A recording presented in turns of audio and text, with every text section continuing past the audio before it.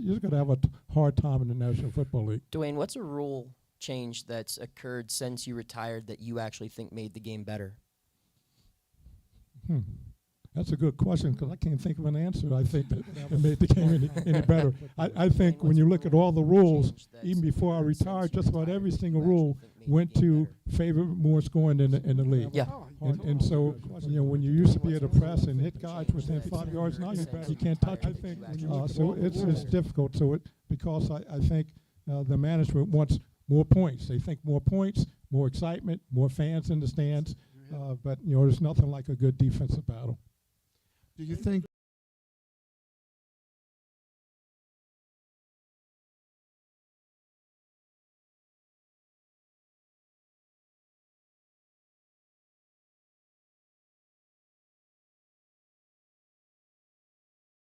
it's difficult, so because there's nothing like a good. The management wants more points. They think more points, more excitement, more fans in the stands. But there's nothing like a good defensive battle. do you think It's difficult, so because there's nothing like a good. The management wants more points. They think more points, more excitement, more fans in the stands.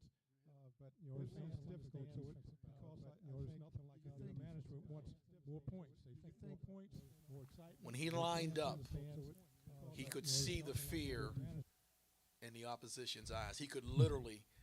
Now, if anybody knows the White, he's a lot like Charles Barkley. He will not hold back, and if he tells you something, you can pretty much count on it. But he said, Neil, when we lined up against the Rams, we could see the fear in their eyes. That's a grown man talking about another grown man. To put you on the spot, in the greatness of the Steelers, as I alluded to, the greatest team of all time, how did you feel about that kind of greatness, that kind of dominance, that kind of we could do pretty much what we want to whomever when we wanted to do it? Well, for me as a cornerback, I felt great. I loved it. The more confidence, the more dominant those guys in front of you are, the better game and the better you got to play in that game as well. So when I look at Dwight White and Joe Green and those guys, the way they would dominate the line of scrimmage, I knew, particularly in passive plays, that ball had to come out pretty quick. And so there were no hook and goes, there were no takeoffs and things like that because there wasn't a whole lot of time. And so I could sit on routes and do different things as well. I could fake and think I'm going someplace else and come back because they had to worry about us. And so we were basically controlling that game, dominating the things that the offense wanted to do as well, which made it for a defensive back, particularly a corner, a great day. So. You felt, I think that first year, we lost 3 games. And we look at those films in those 3 games, and all 3 of those games, we saw where we just gave that game away for certain things that happened. And so we went into the playoffs and the playoffs after that, and, we just knew we were just a better team. If we didn't make a ton of mistakes, we were going to win because they couldn't hold up. And we had 11 guys out there on offense, 11 guys on defense were, frankly, just better. And so man to man, we looked down the line, there wasn't any player that we thought that could win a game for. And that included Earl Campbell, and you know what a great player he was as well. But I don't know if you remember that hit that Donnie Shell put on him. So that said a lot to everybody else. You know what? He ain't gonna win this game for them. We got these guys hitting him like that. So it made a huge difference for us. that was good. Dwayne, what was the toughest game that you ever had in the playoffs of the team? Well, the toughest games had to be against Houston. I don't know, we got a lot of young guys here. The old Houston Oilers when they were down there in Houston, Texas. That was the toughest game. But I do want to mention one other running back that I thought was extremely tough, and that was Gil Sayers. And I mean, when you look at you're playing against Earl Campbell and Christian Okoye, and these are beasts. I mean, you look at them, they're going to scare you just because how big they are. But when you look at Gil Sayers, I mean, you're shocked, how physical a player he was. He was just, I mean, if you weren't ready, he's going to run over you, and a couple other guys too. But I mean, he was a beast. You had great speed, though. You had great speed. You had great size. You could cover so quickly. I'd be watching. I turned to become a Steeler fan because people like you. I was a Giant fan, brought up Giant fan, had Giant shirts and everything. And when I would see games, I'm not going to go into that. I'm not answering any more of your questions. And I saw how you played and how the team would play, and I became a Steeler fan, and it helped with my wife being from the Pittsburgh area and stuff. Yeah. One of the things with the Steelers, we had a good foundation, right from the beginning. Even if you weren't from Pittsburgh, one of the things when you looked at the Pittsburgh Steelers, and you do the same thing now, this is just a tough, hard-nosed football team, period. Do you like Tomlin? I'm sorry? Do you like the coach Tomlin? I love Tomlin. I think he's done a fantastic job. I thought he should have been coach of the year last year, the way that team played and with the group that they had and the injuries they had, and they still came out with a winning record at the end. So I think he's a tremendous coach, and he's also, my wife and I, we have a program called Do the Right Thing. He's part of that and reads essays for us as well, and he remembers them. I go down to the game, and I'm on the sideline, and he'll come up to me and says, "Oh, did this so-and-so child, how did they do in the essay program and Do the Right Thing?" So, a lot of times, there are others are reading essays for them, but Coach Tomlin reads them himself. So he's just a great coach and great for our community as well. I have a question for you. As a retired NFL player, part of the NFLPA, what can you say now about any kind of improvements that you think should happen for retired players? What would be your advice to the NFLPA? And that's the National Football Players Association. Well, let me answer this way. I think the NFLPA has come a long way. Based on where they used to be. One of the things that I'm really excited and happy about that began a number of years ago now for players, if they want to go back to school to receive their college degree or go on to some type of professional school as well, the league pays for that. And they started that the year after I graduated from law school. And so I went back to to Rooney and the NFLPA and said, I just graduated. I understand this program's in place. Can I get reimbursed, for my money? And they said no, I didn't get reimbursed. But I was sure asking, trying to get there. But there's a lot of guys now that have gone back, and I think it's going back to college. And I think it's more important now because now kids come out of school so early, after their, second or third year in the league. Now they're jumping and going professional for a variety of different reasons, but they haven't gotten their, college degree yet. And so to be able to go back for free and not have to pay for that, I think that was a huge step for the Players Association to win and for management to pay for it. Dwayne, as we wrap this segment up, just when you just made reference to something a couple of the young guys in the audience probably don't know.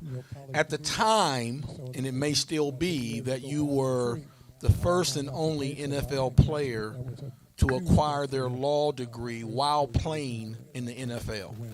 So the seriousness of the level of not only physical dominance but mental dominance that you had to have is certainly unparalleled. Has anyone done that since he's done it? And if not, couple that with the fact that you do sponsor a program, Do the Right Thing, that brings in about 500 kids from all across Allegheny County in the city of Pittsburgh who write essays on doing the right thing.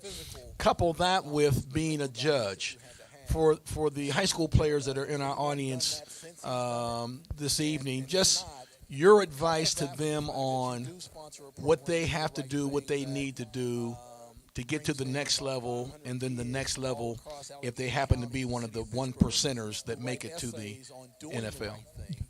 Well, first of all, I'm the only one that I know of that actually attended law school, graduated and practiced law while still playing in the National Football League.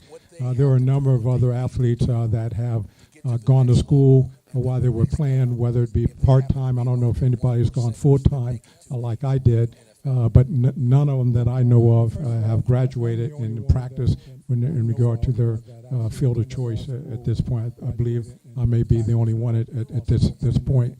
In regard to those kids that are in high school and different things, you got to look at life just the way your coach wants you to look at football.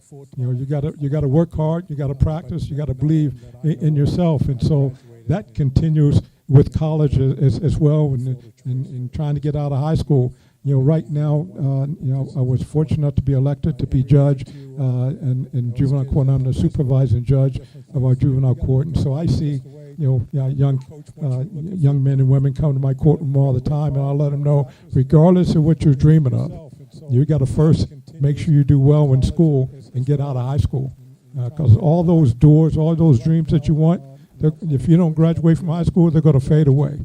Because there are too many other kids out there that are doing the right thing, that want to do the exact same thing that you want to do. And so you're going to get the kid that has at least a high school degree and hopefully a college degree, that's going to work hard, because a lot of kids, you're working hard, but you have to do the right thing as well. So if you're able to get out of high school and do well and get into college, that's extremely important as well. Now you're in that, I want to say, portal, that people are going to be recruiting from. You'll be a part of that. If you don't, you're not in that portal. You're just out there, just hanging, trying to, hopefully something happens to you. But you got to, good things happen to people that make good things happen to them. So if you work hard, you do well in school, you continue to approach school just like you do football, working hard, and then you got a shot. There's no guarantees in life, but to have an opportunity, you have to put yourself in a position where when that opportunity comes knocking, you can actually answer the door. Otherwise, you might as well go in and watch TV and sit on the couch. Well, we want to thank Judge Dwayne Woodruff, always a Pittsburgh Steelers Super Bowl champion, not former, but a former player. How about a nice round of applause for Judge Dwayne Woodruff? Thank you. And let me say one more thing before I leave, since we were talking about a lot of old timers as well. And my guy here from the Post-Gazette, Noah, is gonna start making some phone calls for me. But when you're making those phone calls, you also want to think about L.C. Greenwood. Four-time Super Bowl champion, and he's not in the Hall of Fame. That's a travesty. Yeah, it is, absolutely. All right, everybody. What a nice hand for Judge Dwayne Woodruff.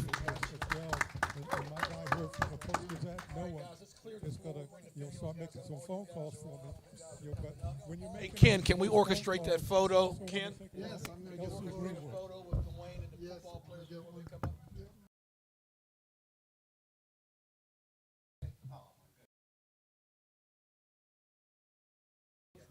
Judge Woodruff, get you right in the middle with these guys for a photo. Yes, sir.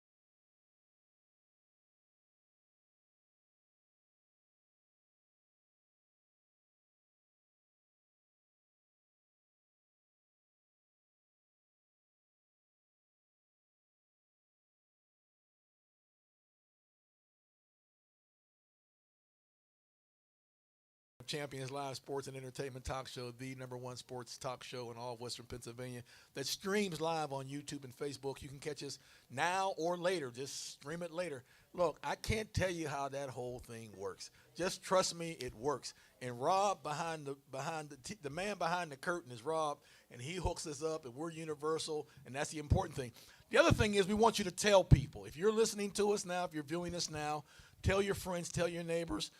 They can contact the Achieving Greatness office at 412-628-4856. You can get this TV schedule moving forward, but from today, every other Wednesday. You can also get caught up on all the things Achieving Greatness is doing in the community, such as the Willie Stargell MVP Awards Banquet, the Armon Gilliam Hard Work Basketball Camp coming up in August. One of our guests here, Brother Scoot's going to be maintaining that for us, and a host of other things that we do all year, including our Safe Summer Youth programs.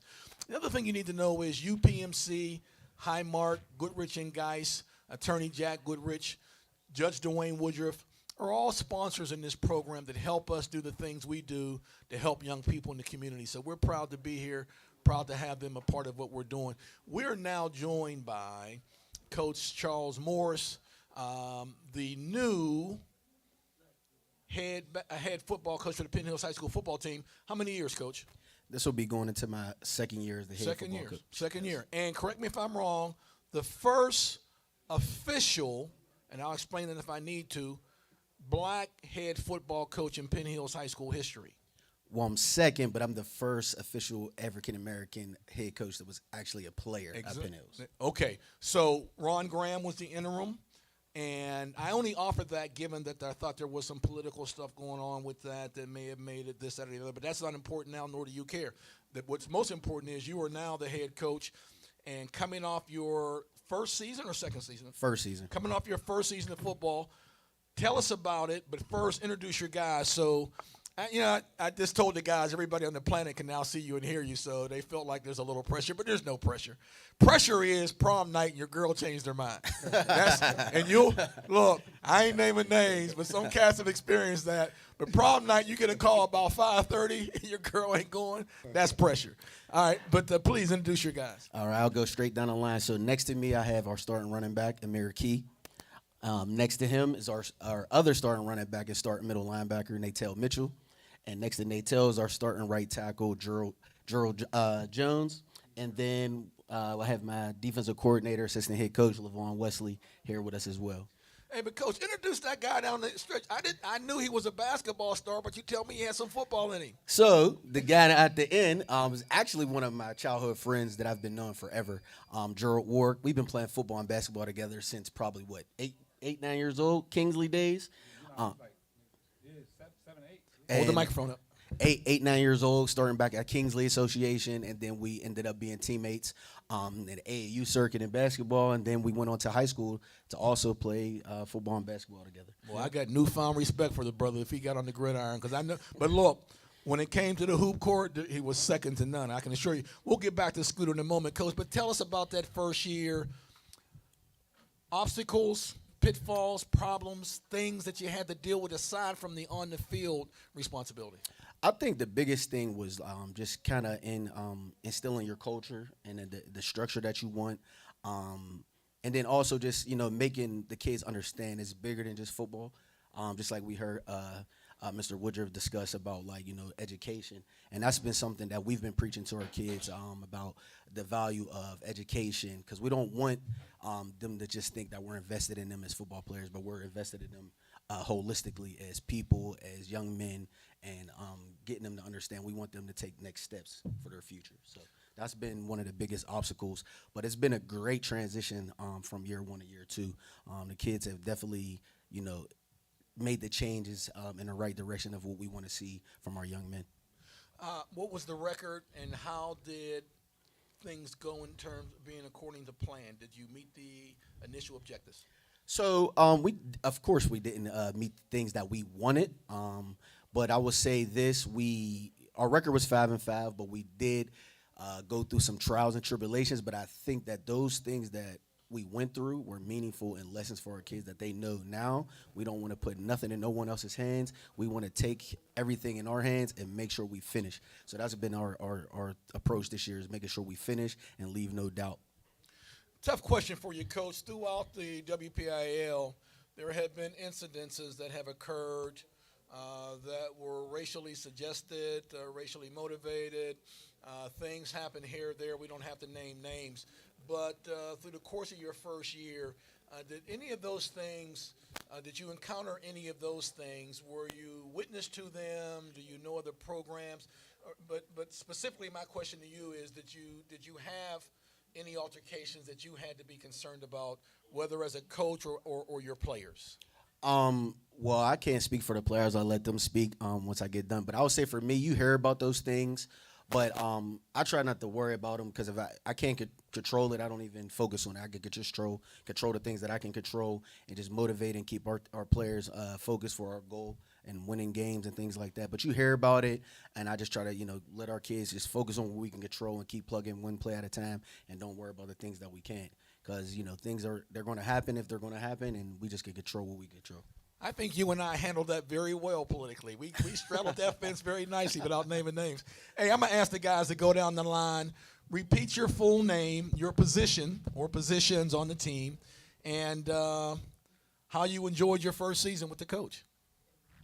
My name's Amir Key. I would say it was kind of hard in the beginning, but it got better along the way. They really challenged us, and I would say made it hard on a lot of kids. Basically challenged them to get better every day. Season. What position you play? I'm a running back. What year? Senior year. And I hope college aspirations. Yes, sir. Any place in mind as of right now? No, sir. But definitely want to go play. Yes, sir. Outstanding, outstanding. Next young man. Hi, my name is Natel Mitchell. I'm a running back, and I play middle linebacker. This year we went through a lot, Wait, hold up.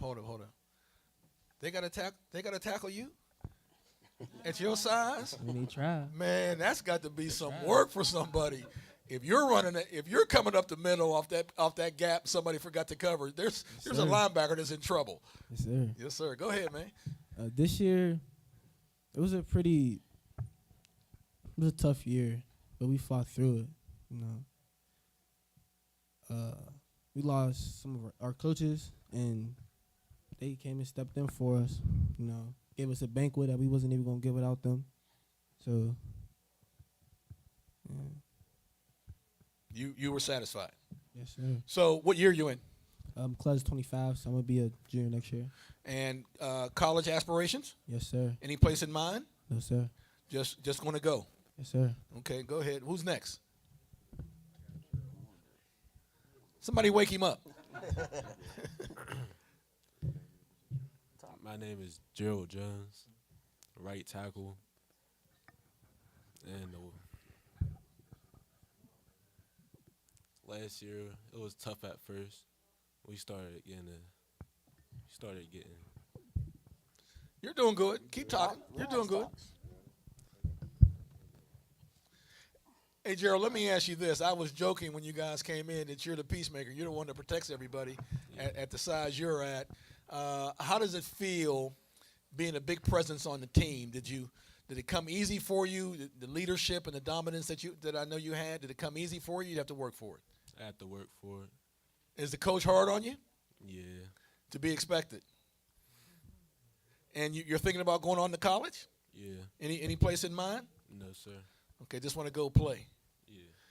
All right, before I ask the coach to comment, and Coach Woodruff, I hope you will agree with this. And Coach, I don't want to step on your toes because you're doing a great job and way beyond what I could possibly do. But I want to challenge all of you guys to think about 3 colleges you want to go to. Start thinking about it now. Where do the 3, if all things go according to plan, as Judge Woodruff suggested, good things happen to people that do good things for themselves. Lay out 3 potential colleges that if all things go according to your plan, you could go. Think about it, dream about it, and learn about it. so that it might end up that you don't go to any one of those three places, but at least have the process going on in your mind, because it'll be here before you know it. And think about it. And these you'll hear things from guys, older guys like me, that learned that the hard way. A lot of us didn't get the tutelage that you guys get now, and didn't worry about going to college until the day after graduation. So, and that's of course if you thought you were going to graduate. So all those things being said, Coach, down on the other end, talk to us about your position as coach and how you felt about the season. Yes, my name is Levon Wesley. I'm the defensive coordinator and defensive backs coach. It was a challenge. I'll echo what Coach Chuck said. The boys had to get used to us. We're very demanding, as a coaching staff.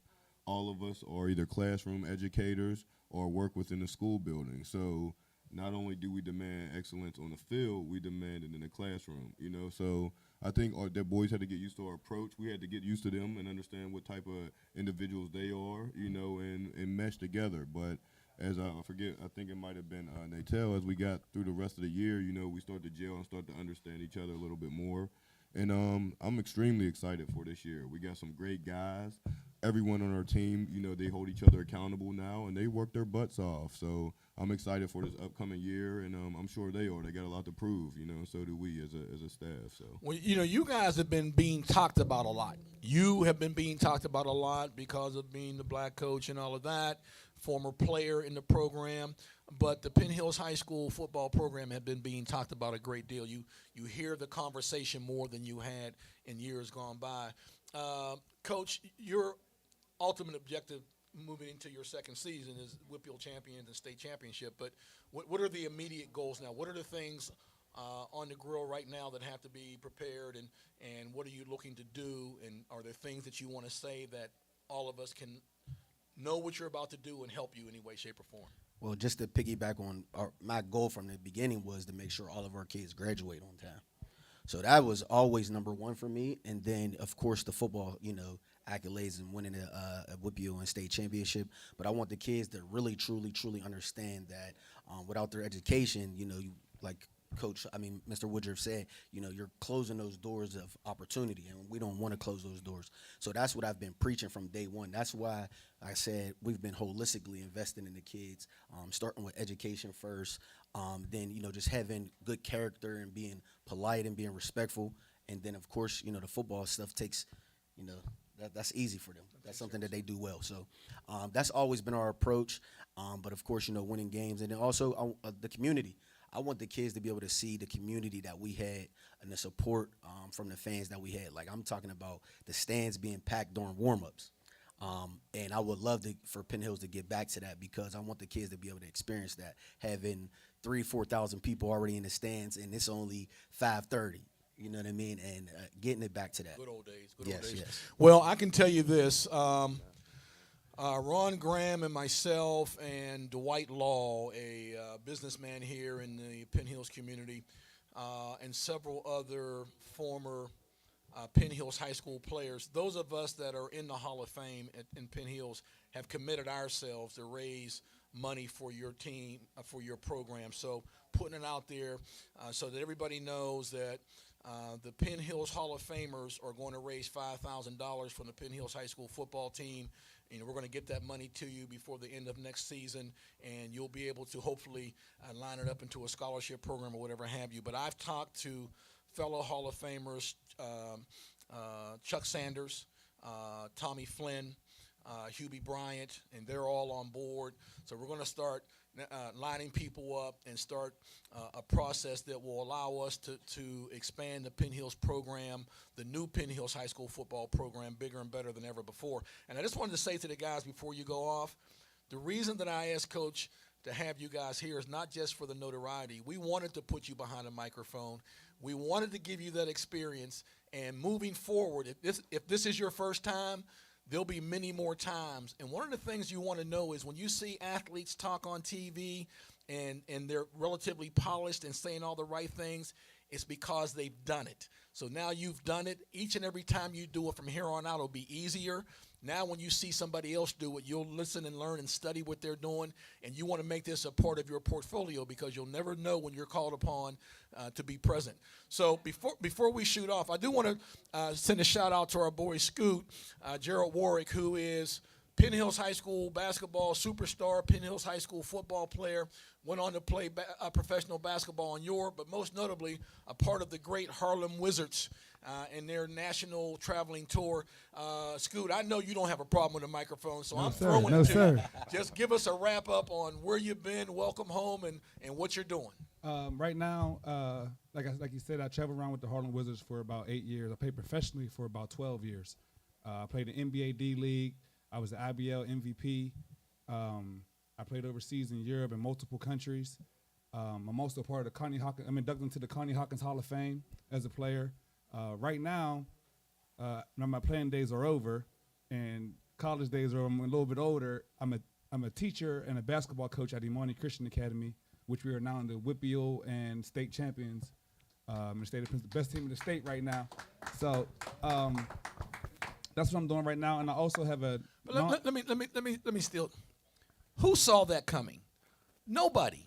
Nobody saw Imani Christian Academy winning the state. No way. I didn't see it coming, nor did I hear people talking about it coming. Right. Now, I'm not saying you snuck up on people, but I don't think people saw y'all coming. They didn't. Talk about that. So a lot of people had a lot to say. They were saying we were an AAU team, and they were saying that we do this, we don't do that, we're cheating, it's not fair, and things. We don't just roll the ball out at practice and say let's play basketball. Right. We put in work just like everyone else. We practice 4 hours a day, long every single day. We're going traveling out of town to play different teams. We're constantly trying to polish our skills and putting work in. So when we come back and we play in our conference or we're playing in our section, we're all gelled together as a family. We're one. That's our motto. We are one, and our identity was defense. So we took pride in playing defense and stopping people from scoring. And like you said, we want to stay. We can also put the ball in the hoop, but you can't put the ball in the hoop against us. So I hear you. Well, look, congratulations on that. We'll have Imani Christian Academy on the show in coming weeks. But once again, Coach, I want to thank you and the guys for coming out. Congratulations on not having a losing season. One Mike Tomlin would say that's a good season. And we look forward to having more with you and from you. I want to thank the guys for coming out. Greatly appreciate it. And, Judy, if we can get Ken to get a photo. I also have a nonprofit organization that I run for the kids in the city of Pittsburgh. It's called Remember They Doubted, because I named it that because in life a lot of people will doubt you.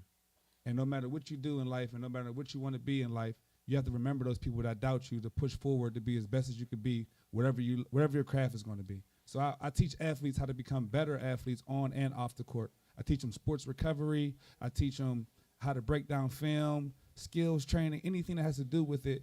We also teach sports therapy for the people who are not really athletes and want to get on the other side of basketball or any type of sport they want to get involved with. Just teaching them how to become a better person and teaching them how to deal with the trials and tribulations of becoming in the profession that they want to be in. So we appreciate that. I'm sorry, go ahead. No, so that's what I do for the kids. And phone number for you? 412-345-1754. So parents who want to get their kids involved in the program that you're operating can give you a call. Email address? Call timeoutacademy@gmail.com. Sounds good. Go ahead, Coach. I just wanted to say two things before we get off, because I want to also stress, I have one of my coaches on here. We do social emotional lessons with our kids too, as we incorporate growth mindset things into our football practice and in our actual preparation time. So I just wanted to make sure we highlight Coach Vaughn, and he has a program that's called Project Game. So I just wanted to make sure we highlighted him. He's on because he leads a lot of that stuff. And like I said, we do things that's beyond just football. And I just wanted to also just shout out the Penn Hill School Board and Administration, just believing in me and trusting me to help, instill this thing that we're planning and big things to come with our boys. So I just wanted to make sure we shouted them out. That's great. And I'm sure that Coach Woodruff will agree with this, but anytime you need us to come in and talk to the guys, just let us know. And, Coach Woodruff has access to some other players as well, former players as well. So Once again, we want to thank everybody out there in the listening audience. Thank you for tuning in to the first of many to come Champions Live Sports Talk Show. We're going to be right back in 1 minute to wrap up the show with our cast and crew. But we want to thank everybody for tuning in, and a nice hand for the Penn Hills High School football team. All right, Ken, let's get a photo.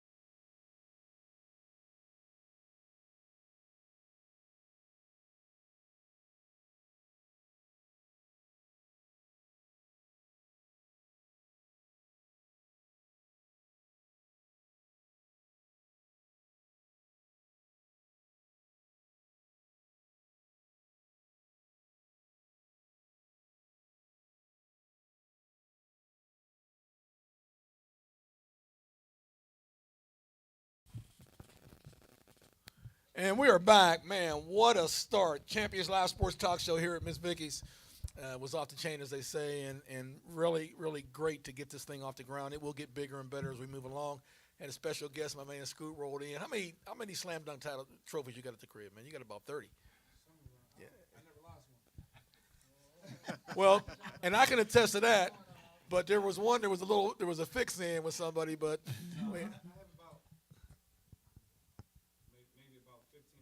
no, I believe that. But listen, we want to wrap this up by thanking everybody out there in the streaming world for tuning us in. It's Champions Live Sports Talk Show, Facebook Live, YouTube Live. And I want to give the panel their last word on whatever it is they want their last word to be, starting with our good friend Vince. Yeah, we talked a little bit about the women's game, and I just want to make sure we don't forget about, we don't stop talking about them. They deserve a lot of credit. They deserve for us to keep talking about them. They're great players in their own right, and I just don't want us to stop talking about them, even whether controversy or not. Let's keep talking about them because they deserve it. Yeah. Hey, Vince, speaking of which, and you couldn't have hit this nail on the head any square, what will ever happen? If you can appreciate the way that's presented, what will ever happen to the women's Pitt basketball program? What do they have to do? And their problems are separate and different from the men. But it's been forever and a day since it may have been since Jennifer Bruce, since they've had a winning program. I think they can, find a way to navigate, this transfer portal. We talked about recruiting high school players. That was the way it was, but things are changing now. So I think talking to some of these transfer athletes, bringing them in with an opportunity to play, an opportunity to make a difference, and just like Coach Capel did with the men's team, bringing in players who are experienced in the game, so not necessarily relying on youth and inexperience, bringing in players that have played in tournaments who are just looking for another opportunity to continue playing. That, to me, is the best way for the Pitt women's team to get back on the map and get back to some semblance of greatness. Who's going to be the coach? Any idea yet? I have no idea. No idea yet. Is it crazy? Is it crazy? Tell me if it's crazy. Is it crazy that somebody sends the greatest female basketball player in Pitt history an email? Would you like to be the coach of the Pitt women's basketball team? Is that crazy or is it me? It must not be crazy. I'm just saying. You talking Susie or what? Susie played at Penn State. Jennifer Yeah. Bruce. Oh, Jennifer Bruce was the best. Okay. I've said that already. So moving on down to Alexis, any comments, parting shots?